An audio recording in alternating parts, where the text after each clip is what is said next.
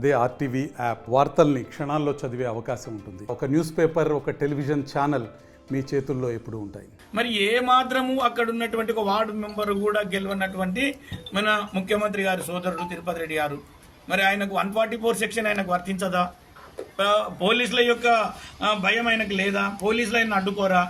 ఆయన యథేచ్ఛగా తిరుగుకుంటా అక్కడ గ్రామాల వెళ్ళి మీకు అందరికీ ఇబ్బందుల్లోని ఏం లేకుండా చేస్తని చెప్పడానికి ఈయన ఎవరు? అక్కడ చేస్తే ముఖ్యమంత్రి గారు అక్కడ ఎమ్మెల్యే గారు కాబట్టి ఆయన రావాలి, లేదంటే ఎలక్టెడ్ బాడీ రావాలి, లోకల్ కాంటెస్టెడ్ క్యాండిడేట్లు ఉన్నారు వాళ్ళు రావాలి.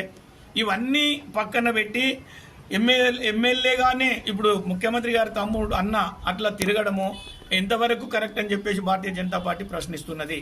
అంటే రేవంత్ రెడ్డి గారు పోనీయకుండా అన్నమ్మ గారిని అడ్డగించడం ఎంతవరకు కరెక్ట్ అని చెప్పే సందర్భంగా మేము కాంగ్రెస్ ప్రభుత్వాన్ని అడుగుతున్నాం. అంటే మాకు హక్కు లేదా? అంటే గెలిపించినప్పుడు ఓటర్స్ ఉన్నారు, అమ్మ మా దగ్గరికి రావాలి, మాకు ఇబ్బందులు అవుతున్నాం అని చెప్పేసి వాళ్ళు అడగడం జరుగుతుంది. అందులో భాగంగానే అన్నమ్మక్క గారు అక్కడికి పోవడం జరిగింది.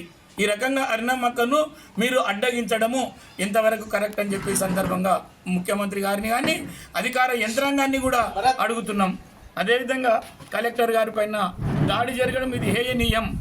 కలెక్టర్ గారి పైన కావచ్చు, ఇంకా మిగతా ఉన్నతాధికారుల పైన, ఎందుకంటే ప్రజాభిప్రాయ సేకరణకు వెళ్తున్నారంటే ఒక గైడ్లైన్స్ని ఫాలో అయ్యి అధికారులు అక్కడ వెళ్తున్నాడు, సంతోషం.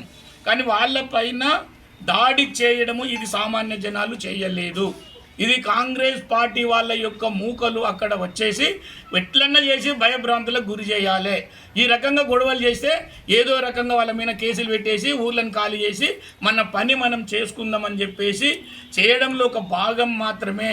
అమాయకులైనటువంటి ప్రజలను ఇబ్బందులు పెడుతున్నటువంటి కాంగ్రెస్ ప్రభుత్వాన్ని ఖచ్చితంగా ఏ కోశాన కూడా మేము ఉపేక్షించేది లేదు. రోజుకు దినదిన గండంగా గడుపుతున్నటువంటి కాంగ్రెస్ ప్రభుత్వం ఎన్నో రోజులు ప్రజల యొక్క మనోభావాలు దెబ్బతినే విధంగా ప్రవర్తిస్తున్న కారణంగా వాళ్ళ గోతి వాళ్ళే దవ్వుకుంటున్నారు.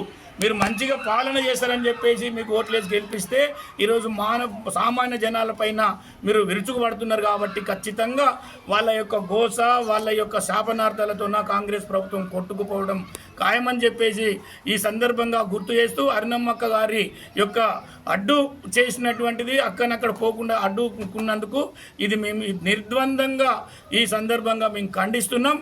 అక్కకు హక్కుంది పోనీ ఇంక అక్కడికి. ఈరోజు మీ అన్నకు ఏ హక్కు ఉందని చెప్పేసి ఈరోజు కోడంగల్లో ఉంటున్నాడు. మాకు ఓట్లేసిన మా నాయకురాలు అక్కడికి రానికే ఎందుకు వద్దంటున్నావు అంటే మాకు హక్కు లేదా? మేము ప్రశ్నించొద్దా? అక్కడ ఏం జరిగింది? మాకు ఓట్లేసిన వాళ్ళకి కానీ సామాన్య జనానికి భారతీయ జనతా పార్టీ అండగా ఉంటుందని చెప్పేసి పదే చెప్తున్నాం. అందులో భాగంగానే అరుణమ్మక్క గారు అక్కడికి పోవడం, మేము కూడా అక్కడికి పోతుంటే చాలామందిని కూడా ఈరోజు నారాయణపేటలో ఉన్న వాళ్ళని ఇక్కడ మాకు కూడా ఫోన్ చేసి గృహ నిర్బంధం చేయడం, ఈరోజు మా నాయకులందరినీ కూడా అక్కడికి పోకుండా అడ్డగించడం, ఇవంతా కూడా కాంగ్రెస్ ప్రభుత్వం చేస్తున్నటువంటి దురాఘాతాలకు నాందిగా భావిస్తూ రాబోయే రోజులల్లో మేము అంటే మా భారతీయ జనతా పార్టీ ద్వారా, మా సామాన్య జనం ద్వారా కాంగ్రెస్ పార్టీకి ఖచ్చితంగా గుణపాఠం చెప్తామని చెప్పేసి ఈ సందర్భంగా గుర్తు చేస్తూ అరుణమ్మక్క గారిని అడ్డుకున్నడం 100% ఇది భారతీయ జనతా పార్టీ ఖండిస్తున్నది.